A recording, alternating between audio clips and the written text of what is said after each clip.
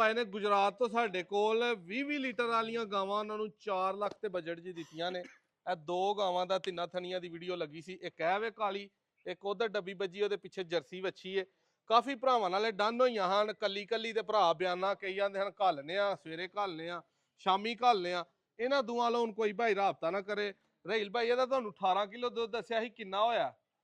ਇਹ ਤਕਰੀਬਨ 21 22 ਸਿਰ ਦੁੱਧ ਬਣਿਆ। 21 22 ਸਿਰ ਦੁੱਧ ਹੈ ਇਹਦੇ ਕੋਲ। ਜਿਹਦਾ ਪਰਲੀ ਦਾ 12 ਸਿਰ ਦੱਸਿਆ ਸੀ ਉਹਦੇ ਕੋਲ ਕਿੰਨਾ ਦੁੱਧ ਹੈ? 12 ਸਿਰ ਦੁੱਧ। 12 ਸਿਰ ਪੱਕਾ ਹੈ ਵੇ।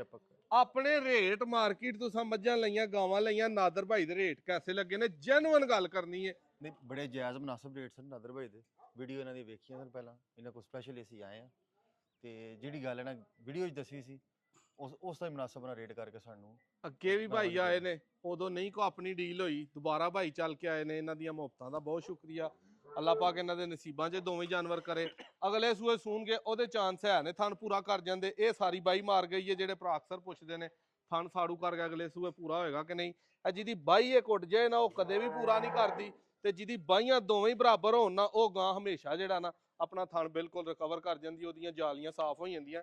ਬਸ ਨੁਸਖਾ ਹੁੰਦਾ ਹੈ ਕੋਈ ਦੇਣ ਵਾਲਾ, ਉਹ ਅਕਸਰ ਭਰਾਵਾਂ ਨਾਲ ਵੀਡੀਓ ਸ਼ੇਅਰ ਕਰਦਿਆਂ ਰਹੀਦਾ। ਵੀਡੀਓ ਅੱਛੀ ਲੱਗੇ ਸ਼ੇਅਰ ਕਰਿਓ ਜੇ।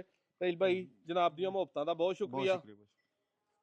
ਲਓ ਮਾਮੂ ਜੀ ਖੁਸ਼ ਰਵੋ, ਆਬਾਦ ਰਵੋ। ਤੁਹਾਡੇ ਮਗਰੇ ਹੀ ਗਾਵਾਂ ਜਨਾਬ ਆ ਗਈਆਂ, ਬਹੁਤ ਸ਼ੁਕਰੀਆ। ਘੰਟੇ ਡੇਢ ਦੇ ਵਿੱਚ ਗੁਜਰਾਤ ਪਹੁੰਚੀਆਂ ਖੜੀਆਂ।